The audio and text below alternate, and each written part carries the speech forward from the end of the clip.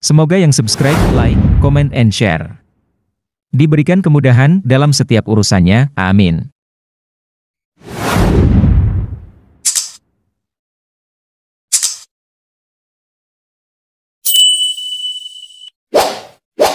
Kita jangan sampai kita mengkritik sesama umat Islam. Perhatikan, saya membuat video agak banyak, ya.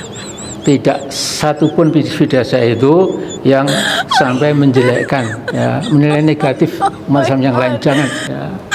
Saya takut barangkali kalau sampai saya begitu, justru di mata Allah saya lebih buruk daripada yang saya kritik. Alhamdulillah saya tidak melakukan hal itu, insya Allah sampai kapanpun. Nah, kemudian video Amin Rais mencela keluarga Jokowi. Salah. Mulyono, si pedagang kayu dengan strategi pengibulannya berpenampilan, maaf ya, pelolor atau pelongo-pelongo, berpakaian sederhana dan berlagak pilon. Ternyata dia itu seorang monster yang sangat jahat dan berciri.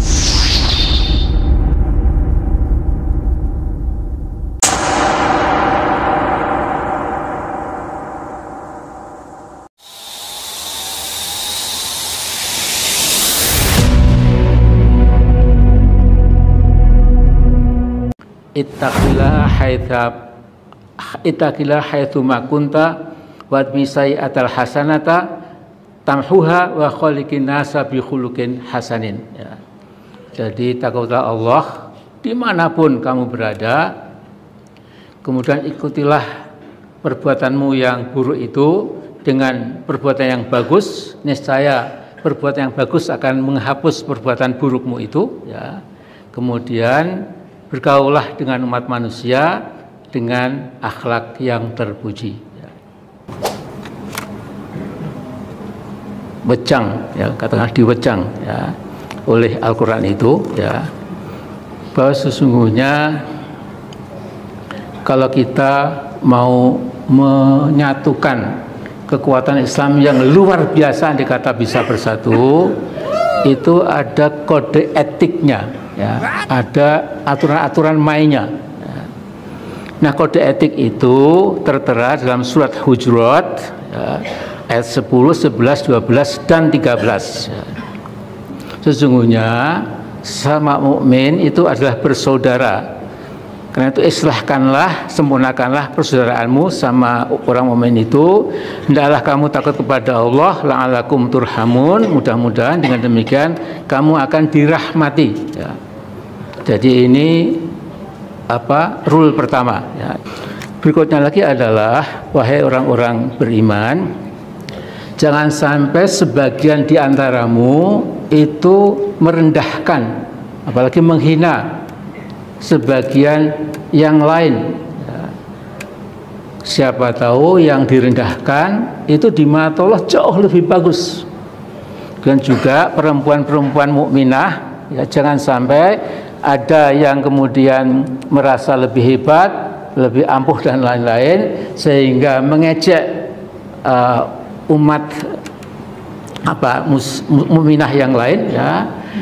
Karena siapa tahu, kata Allah, yang diejek, dihina itu justru lebih bagus daripada yang mengejek, ya. Perhatikan, saya membuat video agak banyak, ya. Tidak satupun video saya itu yang sampai menjelekkan, ya, menilai negatif umat Islam yang lain, jangan, ya. Selama 10 tahun Jokowi berkuasa, kekuasaannya tidak berbingkai moral. Karena itu si Mulyono yang sangat menyedihkan ini akhirnya tidak mampu membedakan mana yang hak, yang benar, dan mana yang batil, yang salah. Jadi Mulyono, si pedagang kayu dengan strategi pengibulannya berpenampilan, maaf ya, pelolor atau pelongo-pelongo, berpakaian sederhana dan berlagak pilon. Ternyata dia itu seorang monster yang sangat jahat. Dalam dictionary.com, monster didefinisikan sebagai any creature grossly deviating from normal shape, behavior, or character. A person who provokes or elicits horror by wickedness, cruelty, etc. Jadi padanan atau sinonim monster adalah devil, demon, brute, fiend. Ya. Jadi monster adalah penjahat hantu. Jangan lupa semua hantu berani melawan Tuhan. Monster menyembah hantu, bukan menyembah Tuhan. Saudaraku, 10 tahun berkuasa, Sri Mulyono yang sombong, tengil, pekok, dan ugal-ugalan ini menginjak-injak konstitusi, menghancurkan demokrasi, dan menindas rakyat sendiri. Jadi keluarga pentil non pekok ini tidak peduli dengan kemarahan rakyat.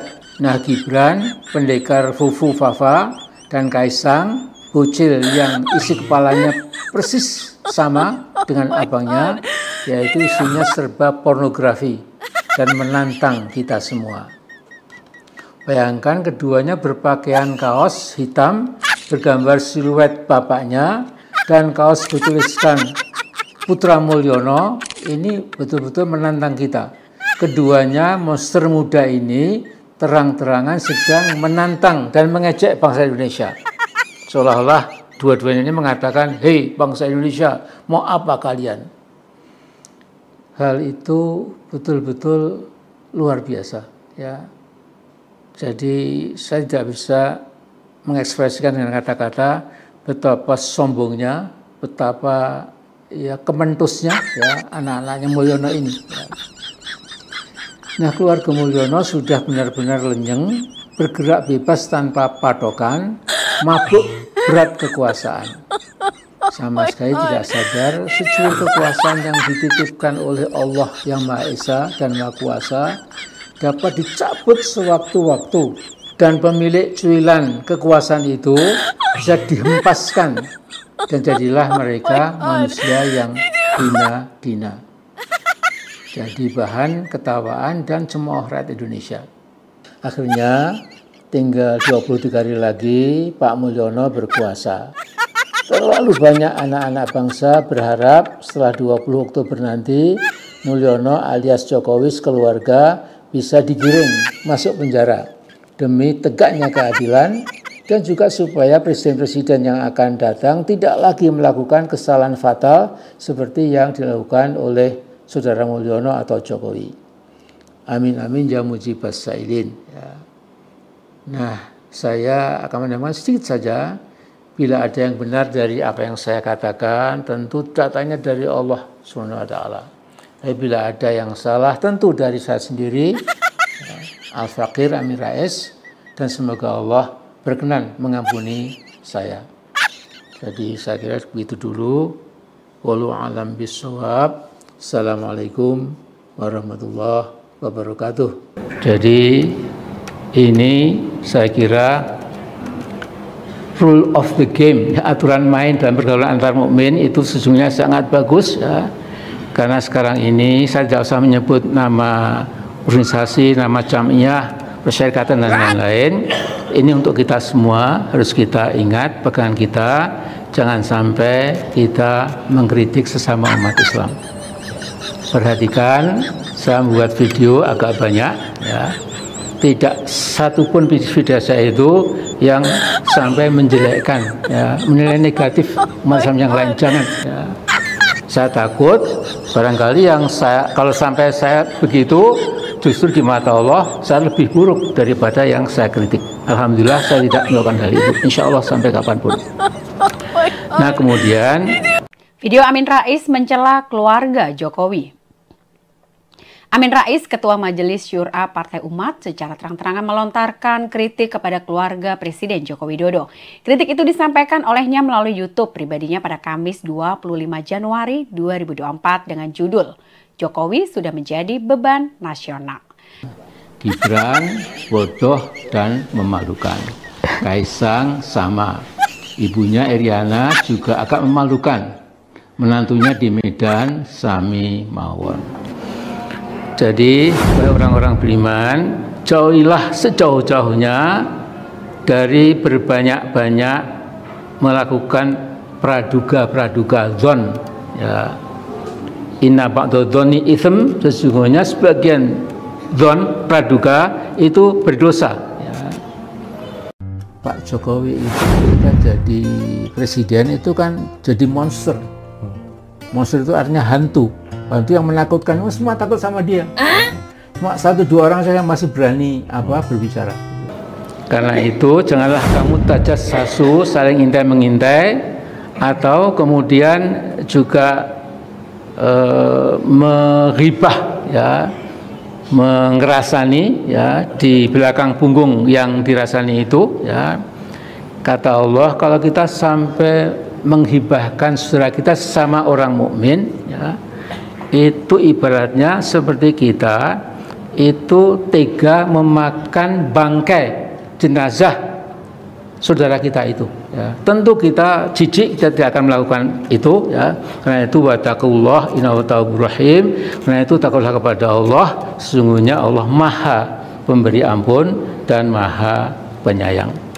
Jadi kita perlu gandengkan bahwa hayya 'ala sholat, hayya 'ala falah itu tetap itu sesuatu. Tapi untuk tujuan ini kita mengajak bahasa Indonesia bersama Islam dulu dengan hayya 'alal jihad. Hayya 'alal jihad. Hayya 'alal jihad. Kalau jihad sudah menembus hati kita, maka kita insya Allah dengan enteng, ya, tidak takut mati, tidak takut bumi, sudah enteng sekali, ya. Dan kita ini kan manusia itu cuma punya jago diberikan Allah Mas Gunas bagus sebagai Allah ya. Jadi ini kita berjihad sambil yang giliran. Adapun kapan kita mulai awal ini langkah-langkah yang masih personal dan dijamin oleh undang-undang dasar. Nah, jadi Nabi pun pernah bersabda, ya, ini hadis Sahih Bukhari Muslim, ya.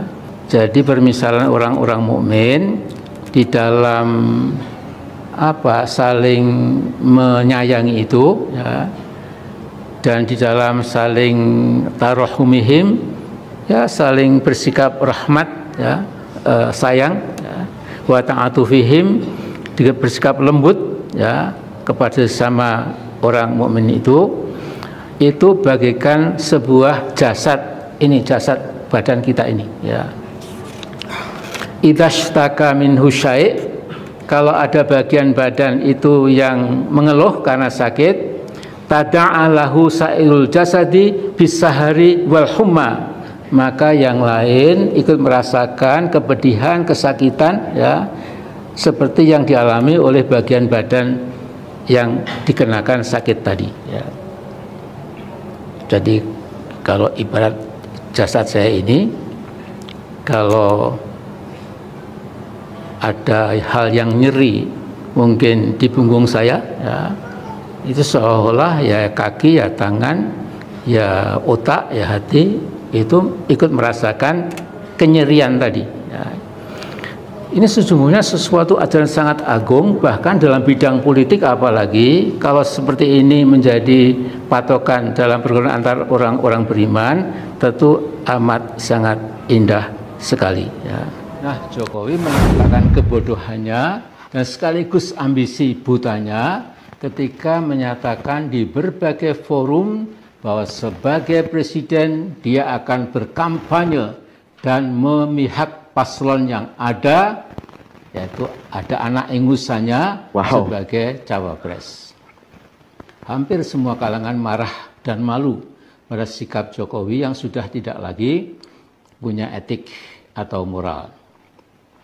Nah, Jokowi sekarang ini sedang dikeroyok oleh sebagian besar anak bangsa yang sudah sangat muak dengan pikiran dan perilaku Mas Jokowi yang sudah tidak punya rasa malu lagi. Jadi beban nasional, ya, Pak Jokowi itu sekarang. Paling tidak ada dua hal yang membedakan manusia dengan hewan. Pertama, manusia punya rasa malu, hewan tidak. Jadi kalau ada ayam jago mengejar-ngejar ayam betina tanpa rasa malu, ya wajar-wajar saja, wong binatang atau hewan. Kemudian yang kedua, kebuasan memang melekat pada binatang seperti harimau atau serigala. Kedua binatang ini bisa mencapik-capik dan akhirnya memangsa korbannya secara sangat kejam. Tentu di kehidupan binatang hal ini wajar saja. Tetapi kalau manusia sampai kejam, itu tentu kita tidak bisa paham. Nah, puncak ketololan dan keugal-ugalan Jokowi tercapai ketika dia sudah berhasil membunuh demokrasi, memperlakukan rakyat seperti sekumpulan kambing congek, dan menganggap rakyat lebih bodoh dari dirinya.